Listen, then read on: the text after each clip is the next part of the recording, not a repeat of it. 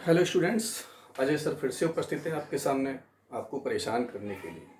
और आज की आपकी परेशानी है लेंस के लिए चिन्ह परिपाटी। कक्षा 10 के लिए साइंस का चैप्टर चल रहा है आपका हमारा कि गोलीय लेंसों पर अपवर्तन या गोलीय तलों पर अपवर्तन। ठीक है, तो आज का हमारा टॉपिक है लेंस के लिए चिन्ह परिपाटी। तो मैंने आपको देखिए 3 लेंस यहाँ पर बना रखे हैं। ये भी उत्तल लेंस है, ये भी उत्तल लेंस है और ये अवतल लेंस है। तो यहाँ पर क्या है कि मैंने आपको उत्तल लेंस के द्वारा प्रतिबिंब बनने की 6 स्थिति बताई है आपको लास्ट वीडियो में।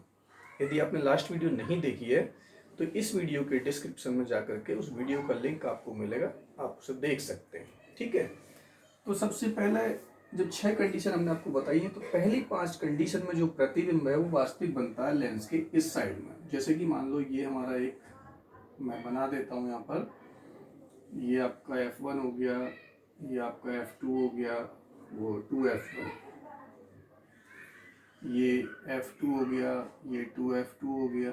यहाँ पर कोई वस्तु मान लो रखी हुई है तो इसका प्रतिबिंब कैसा बनेगा आपको बताइए। किरण मुख्य अक्ष के समांतर लेते हैं जो फोकस से होकर जाती है इस तरीके से। ठीक है, एक किरण हमने ऐसी ली जो इसके प्रकाशीय केंद्र से होकर जा रही है और जहाँ पर ये काटती है वहीं उस वस्तु का इस तरीके से प्रतिबिंब बन जाता है A डैश B डैश।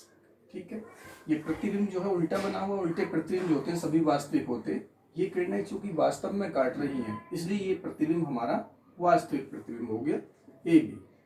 ये वस्तु और ये प्रतिबिंब। देखिए वस्तु को हम बिंब भी कहते हैं, बिंब, और बिंब का बनता है प्रतिबिंब। तो पहली 5 स्थिति हमने आपको जब बताई थी उन 5 स्थितियों में प्रतिबिंब वास्तविक ही बनता है। ठीक है, एक स्थिति उत्तल लेंस में हमने आपको और बताई थी। उत्तल लेंस, ये भी उत्तल लेंस है आपका। इसमें एक स्थिति क्या थी कि जब लेंस हमारा जो होता है,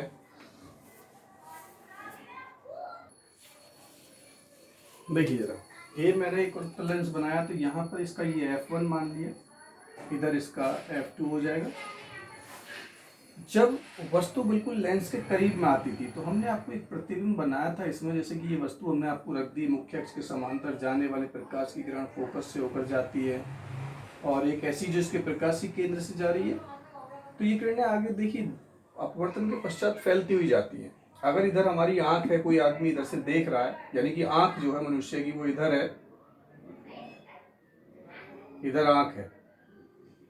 ठीक है, तो क्या होगा, उस व्यक्ति को ये वस्तु दिखाई नहीं देगी, बल्कि कौन सी दिखाई देगी कि इसको हम थोड़ा पीछे की ओर हटाएं ऐसे, और इसको थोड़ा हम पीछे की ओर हटाएं ऐसे। तो ये जहां पर काट रही है ये इस तरीके से ये वस्तु आपको यहां दिखाई देगी A डैश B डैश। यानी कि इस स्थिति में छठी कंडीशन में आपको बताया था कि वस्तु का प्रतिबिंब जो है वो सीधा बनेगा। ये हमारा वस्तु यानी कि बिंब और ये प्रतिबिंब। उसके बाद में हमने आपको अवतल लेंस के बारे में बताया था। ये इसके फोकस हो गए, वस्तु को हमने मान लेते हैं यहाँ रख दिया, मुख्य अक्ष के समांतर एक प्रकाश की किरण चली जो फोकस से जाती हुई प्रतीत होती है इसमें, यानी ऐसे जाएगी, और एक इसके प्रकाशीय केंद्र से हमने किरण ली तो ये जहाँ काटती है वहीं उस वस्तु का प्रतिबिंब बनता है छोटा और सीधा इस तरीके से। यहाँ प्रतिबिंब बनता है A डैश B डैश। ये हमारी वस्तु होगी और ये प्रतिबिंब। ठीक है, तो अब देखिए जो वस्तु होती है, वस्तु की दूरी को हम U से प्रदर्शित करते हैं। वस्तु की दूरी U, प्रतिबिंब की दूरी V और फोकस दूरी होती है हमारी F। उसके बाद में वस्तु रखिए, वस्तु की लंबाई भी लिख देते हैं। चलो, वस्तु की लंबाई O से प्रदर्शित करते हैं, और जो प्रतिबिंब बनता है, प्रतिबिंब की लंबाई, उसको हम I से प्रदर्शित करते हैं। ठीक है। अब देखिए, सारी की सारी दूरियां ध्रुव से नापेंगे। ध्रुव से इधर को चलेंगे, माइनस में दूरी होंगी, और ध्रुव से राइट हैंड साइड की तरफ को जितनी दूरियां होंगी वो प्लस में होंगी। ठीक है, ये बात। इस मुख्य अक्ष, देखिए ये हमारा मुख्य अक्ष हो गया। मुख्य अक्ष से ऊपर की जितनी भी दूरियां होंगी इस तरीके से ऊपर को, वो सारी धनात्मक होंगी, और मुख्य अक्ष से नीचे को जितनी भी दूरियां होंगी वो सारी ऋणात्मक होंगी। वही मैथ्स वाला नियम। तो देखिए, इस वाले में सबसे पहले हम बात करते हैं उत्तल लेंस की। सबसे पहली बात तो यह है कि उत्तल लेंस की जो फोकस दूरी है, उत्तल लेंस की फोकस दूरी वो धनात्मक होती है हमेशा, ध्यान रखना। उत्तल लेंस की जो फोकस दूरी f होती है वो हमेशा धनात्मक होती है। ठीक, और यहां हम अवतल लेंस के लिए लिख देते हैं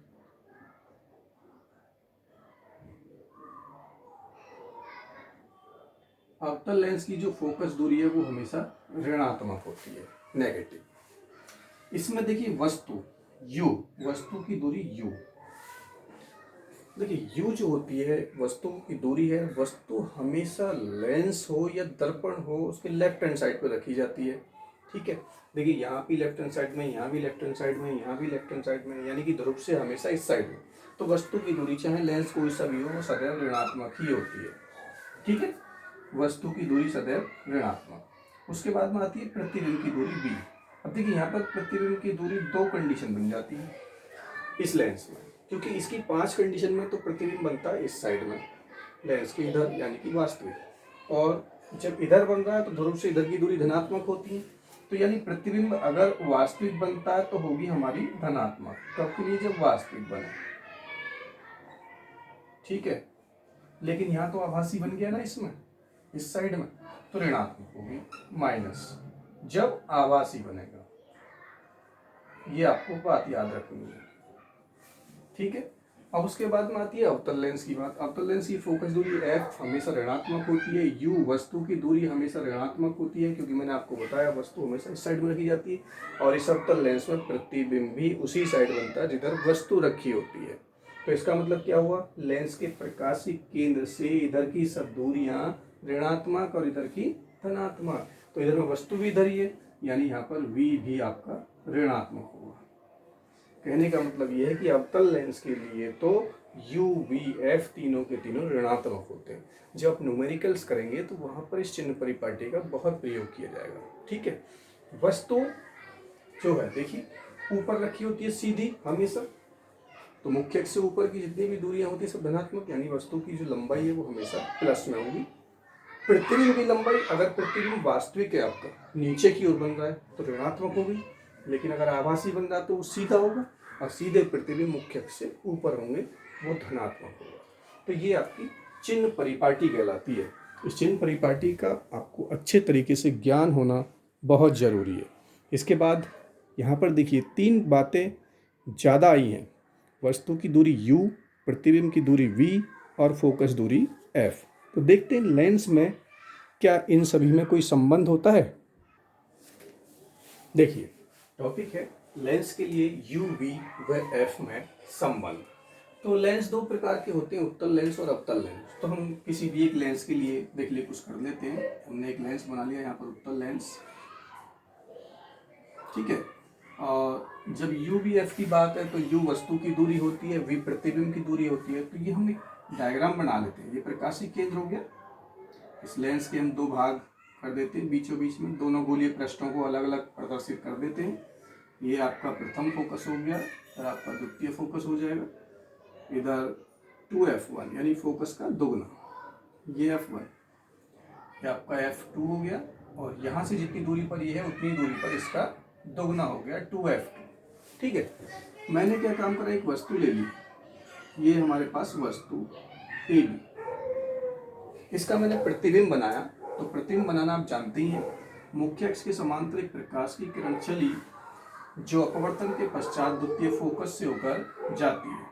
ठीक है, एक प्रकाशिक केंद्र O से, प्रकाशिक केंद्र O से चली जो बिना विचलित हुए सीधे निकल जाती है।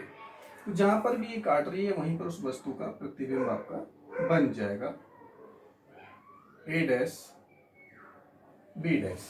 ठीक है, ये आपका प्रकाशिक केंद्र O हो गया। A B इसको हम मान लेते हैं बिंदु C। ठीक है, इस तरीके से तो हम लिख सकते हैं कि माना L1 L2, माना L1 L2 एक उत्तल लेंस है, उत्तल लेंस जिसके मुख्य अक्ष पर एक वस्तु ए बी रखी हुई। ठीक है, अपवर्तन के पश्चात उसका प्रतिबिंब ए डैश बी डैश बनता है। कैसे बनता है? एक किरण मुख्य अक्ष के समांतर चली जो अपवर्तन के पश्चात द्वितीय फोकस से होकर जाती है, और एक किरण ए ओ यानी कि बिंदु ओ प्रकाशिक केंद्र से होकर जाती है जो बिना विचलित हुए सीधी निकल जाती है।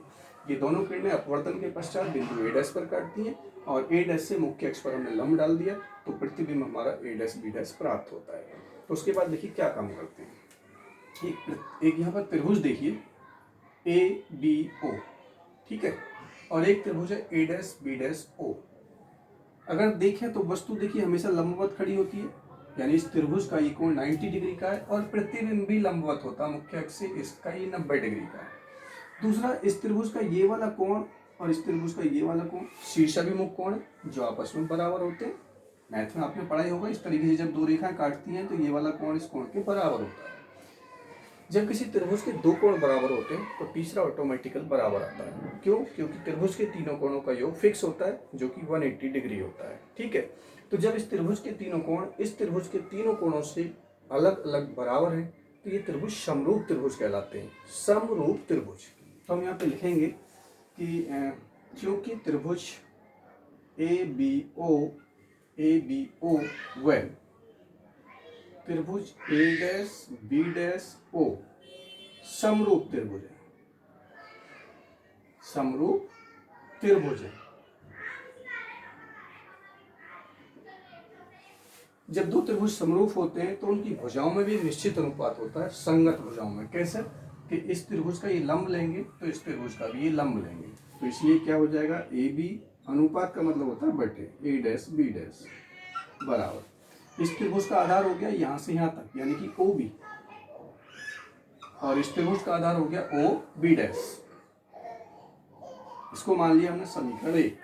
ठीक है, उसके बाद आप देखिए एक त्रिभुज आपको यहाँ दिखाई दे रहा है, यहाँ से चलिए F2 से ओ सी F2 ये रहा, ये देखिए ये वाला ये रहा, और एक त्रिभुज ये वाला है ए डैश बी डैश F2, यानी कि इस F2 से इधर जो त्रिभुज है इसमें और इस F2 से इधर जो त्रिभुज है इन दोनों को देखिए। यहाँ पर ये 90 डिग्री का कोण, यहाँ पर इसका 90 का, ये दोनों कोण शीर्षाभिमुख कोण है, आपस में बराबर होंगे। ठीक है, तो बचा शेष कोण भी आपस में बराबर होता है, तो इसका मतलब ये भी समरूप हुए। तथा लिख सकते हैं हम त्रिभुज ओ सी F2 व त्रिभुज ओ सी F2 व ए डैश बी डैश F2 भी समरूप है। जब ये भी समरूप है तो इसका मतलब क्या हुआ, इसका लंब OC बटे इसका लंब ए डैश बी डैश, इसलिए OC बटे ए डैश बी डैश बराबर इसका आधार हो गया OF2 और इसका आधार हो गया बी डैश F2। ठीक है, इस चित्र से ध्यान से देखिए, ये जो रेखा AC थी ये मुख्य अक्ष के समांतर थी। जब दो रेखाएं इस तरीके से एक दूसरे के समांतर होती है तो उनके बीच की दूरी जो है वो समान होती है, कभी नहीं बदलती है, दूरी समान होती है। जब ये रेखा के समांतर है ये AC, तो ये AB जो है OC के बराबर होगा, क्योंकि OC बराबर है AB के। ठीक है, तो यहाँ पर जो OC आ रहा है वहाँ पर हम AB लिख सकते हैं। तो ये हमारा कंडीशन कुछ इस टाइप की बन जाएगी, AB बटे ए डैश बी डैश बराबर OF2 बटे बी डैश F2 समीकरण 2। ठीक है, अब समीकरण 1 और 2 में देखिए, समीकरण 1 व 2 से यहाँ भी ए बी बटे ए डैश बी डैश का मान है ये, और यहाँ भी ए बी बटे ए डैश बी डैश का मान है। तो हम लिखेंगे समीकरण 1 व 2 से, 1 व 2 से क्या है ये, ए बी बटे ए डैश बी डैश का ये मान उठा के हमने यहाँ रख दिया, तो ये हो जाएगा आपका ओ बी बटे ओ बी डैश बराबर ओ एफ टू बटे बी डैश एफ टू। ठीक है जी। अब देखिए ध्यान से देखिए, इन सब का हमें मान रखना है, चिन्ह के साथ, चिन्ह परिपाटी के साथ मान रखना है, और सारी की सारी दूरियां हम ध्रुव से नापते हैं, यानी कि प्रकाशिक केंद्र ओ से नापते हैं लेंस में, और जो ध्रुव होता है वो दर्पण में होता है। तो देखिए प्रकाशिक केंद्र ओ से संबंध हमें बनाना, ओ इसमें भी आ रहा, ओ इसमें भी आ रहा, ओ इसमें भी आ रहा, ओ इसमें नहीं आ रहा। तो इसको देखते हैं जरा, ये आपका ओ बी बटे ओ बी डैश ऐसे ही रहने दो, ये ओ एफ टू बटे बी डैश एफ टू, जरा चित्र में हम देखते हैं, B dash F two, B dash ये रहा, एफ टू ये रहा। ठीक है, तो इस बी डैश एफ टू के लिए हम क्या काम करेंगे, यहाँ से यहाँ तक की दूरी लेंगे पूरी ओ बी डैश, और उसमें से ये ओ एफ टू इधर का घटा देंगे, तो ये बच जाएगा आपको। यानी हम यहाँ पे ये लिख सकते हैं O B dash minus O B dash में से इधर का घटा दीजिए ओ एफ टू, तो बच जाएगा हमारा बी डैश एफ टू। अब देखिए यहाँ पे चिन्ह परिपाटी से मान रख दीजिए, चिन्ह परिपाटी द्वारा मान रखने पर रखो जी O B, O B, B देखिए वस्तु है और ये प्रतिबिंब है। ठीक है, ओ बी यानी कि प्रकाशिक केंद्र से वस्तु की दूरी u होती है, और मैंने आपको बताया था u हमेशा माइनस में होती है। ओ बी डैश प्रतिबिंब की दूरी हमेशा v प्लस में होती है जब लेंस से इधर बनता है प्रतिबिंब। ठीक है, ओ एफ टू फोकस दूरी और उत्तल लेंस की फोकस दूरी धनात्मक होती है। ठीक है, ओ बी डैश प्रतिबिंब की दूरी है यानी कि v minus O F two focus दूरी है यानी कि f।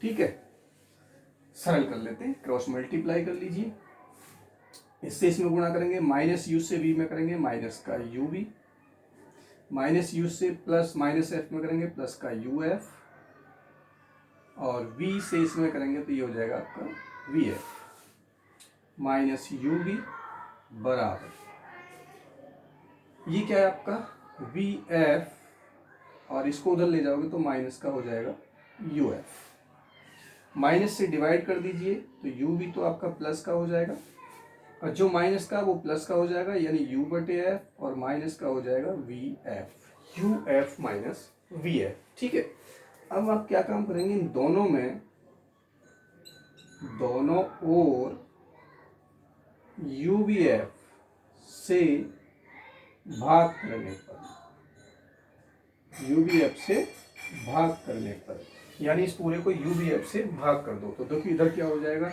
ये हो जाएगा आपका यू वी बटे यू वी एफ बराबर, इधर है आपका यू एफ बटे यू वी एफ माइनस, फिर है आपका वी एफ बटे यू वी एफ। दिखाई दे रहा है ना सबको, कुछ कट तो नहीं रहा है, चलो देखते हैं अभी। ठीक है, यहाँ देखिए यू वी से यू वी कट गया, एक बचा और बटे में एफ, यहाँ देखिए यू से यू कट गया, एफ से एफ कट गया, एक बटे वी हो गया, यहाँ देखिए वी से वी कट गया, एफ से एफ कट गया, एक बटे यू हो गया। लेंस के लिए यही हमारा यू वी एफ में संबंध होता है, एक बटे एफ बराबर एक बटे वी माइनस एक बटे यू।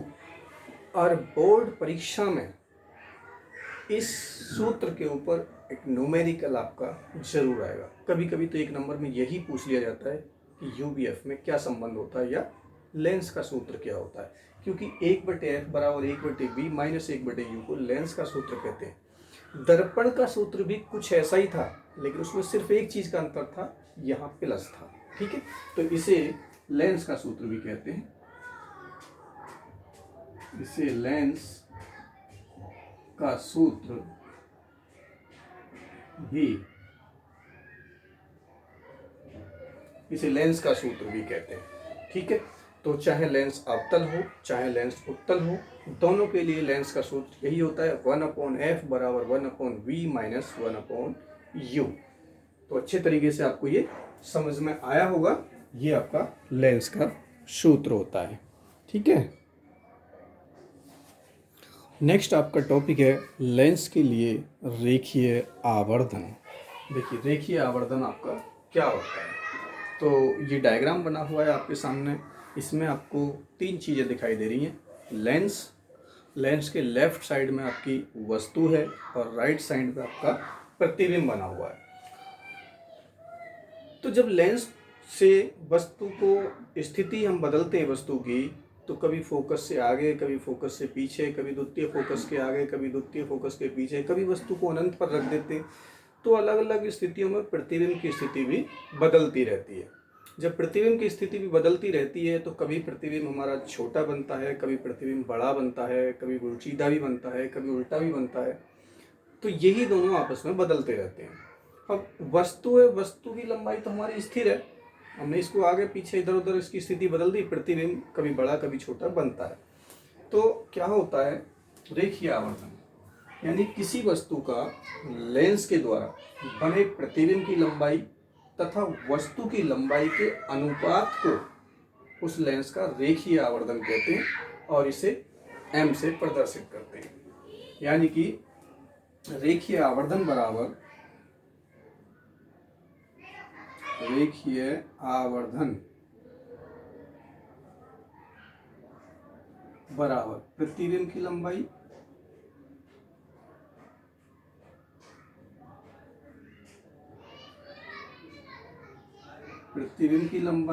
बटे वस्तु की लंबाई।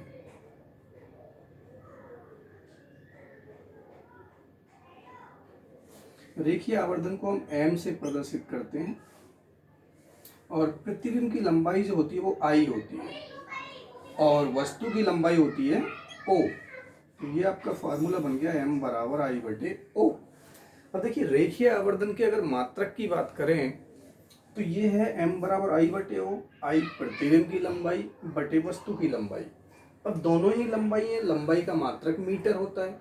भाई प्रतिबिंब कितना ही बड़ा बनेगा उसकी लंबाई तो मीटर में, मात्रक तो उसका मीटर ही होगा। वस्तु छोटी हो या बड़ी हो मात्रक उसका भी मीटर होगा। जब दोनों का मात्रक रखेंगे मीटर बटे मीटर तो वो कट जाएगा, इसलिए इसका कोई मात्रक नहीं होता। क्योंकि ये एक अनुपातिक राशि है इसलिए अनुपातिक राशि की कोई मात्रक नहीं होता है। ये तो एक तुलनात्मक राशि है।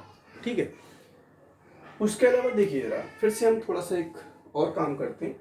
अभी हमने आपको बताया था लास्ट टॉपिक में, पिछले टॉपिक में, कि ये त्रिभुज और ये पूरा त्रिभुज एक दूसरे के समरूप है। यानी त्रिभुज ABO, चूंकि त्रिभुज ABO तथा त्रिभुज A'B'O समरूप है,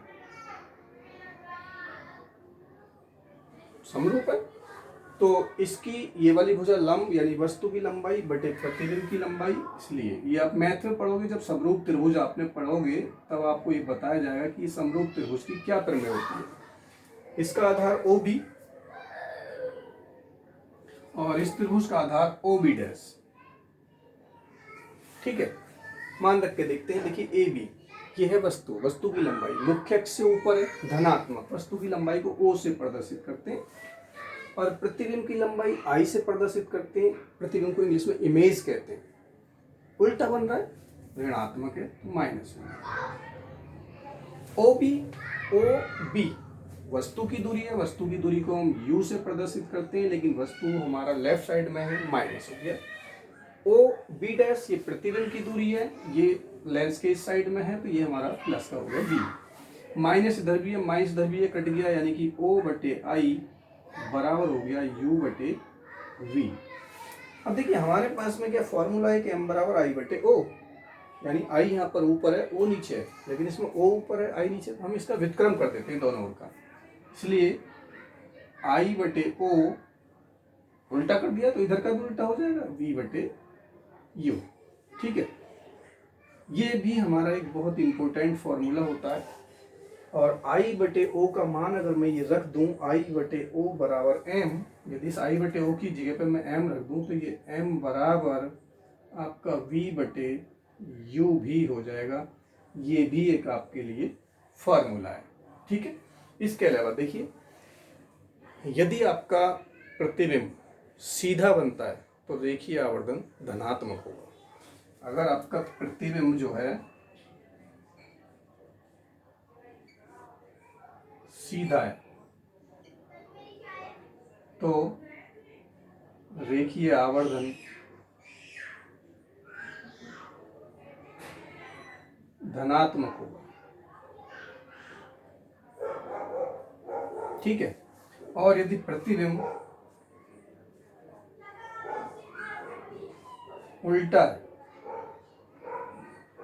तो रेखीय आवर्धन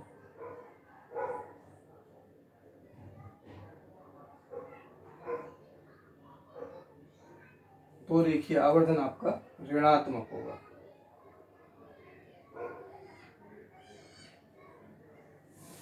यानी आपसे ये कहा जाए कि किसी वस्तु का दुगना वास्तविक प्रतिबिंब बनता है।